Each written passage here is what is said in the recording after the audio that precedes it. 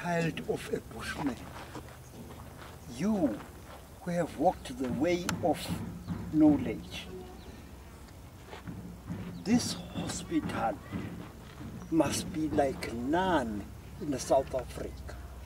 This place that you are building must be a place of greatness of the human soul.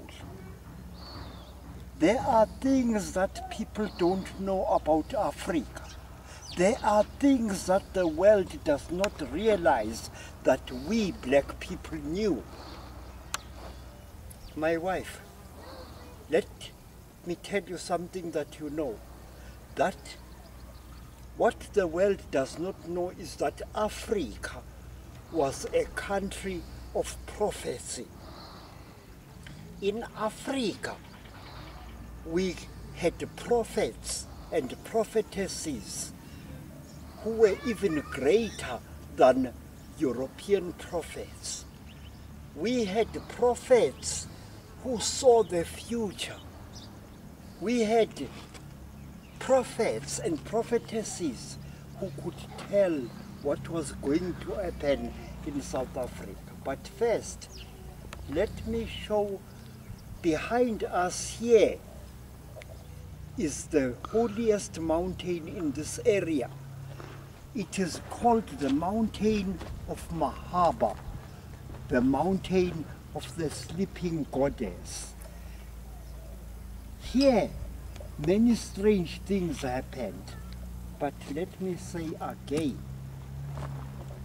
I say Africa was born out of prophecy. I say that we in South Africa and Central Africa and East Africa had more prophets in our history than there were in the Middle East and in Europe. And this is not an exaggeration. Our people, for hundreds of years, were in contact with the entities from the stars.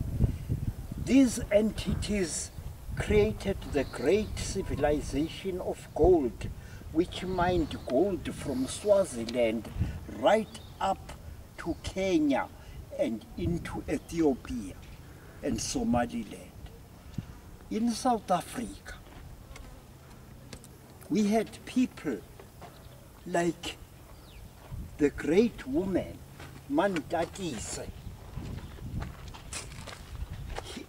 As yet, the picture is not completed yet. Mantatise was a warrior queen. She fought in battles like any man. She was fearless, and she wanted to extend her empire from Lesotho right up to Central Africa. Mantatise could see the future. Mantatise made this strange prophecy that there will come a time when people would live in buildings made of stone and of glass. She said that towards the end of the world, as the world comes to an end, the people would look alike, and you would not be able to tell who is female and who male, and you would not be able to tell who is white and who is black. And she said that she would conquer a large area of Africa and bring it under the light. She did so. She sent an army right up into central South Africa. She came here, right at this mountain you see behind this hospital, the holiest mountain in this part of South Africa. She was stopped by the local king, a young king called Mutibi, who whose name means the interceptor. King Mutibi was also himself a prophet. He never carried weapons that cut, only a shield and a spear.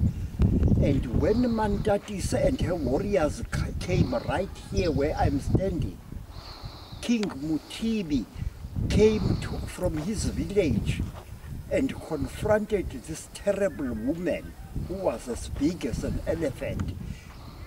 And she said, "Oh, Queen, the Great Spirit has spoken to me.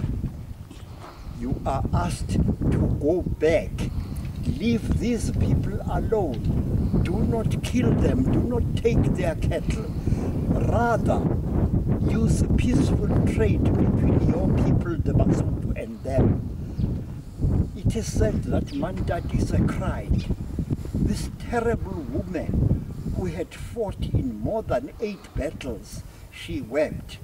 And listening to her little daughter Ntatisa, she turned around and left this very land and went back to Lesotho.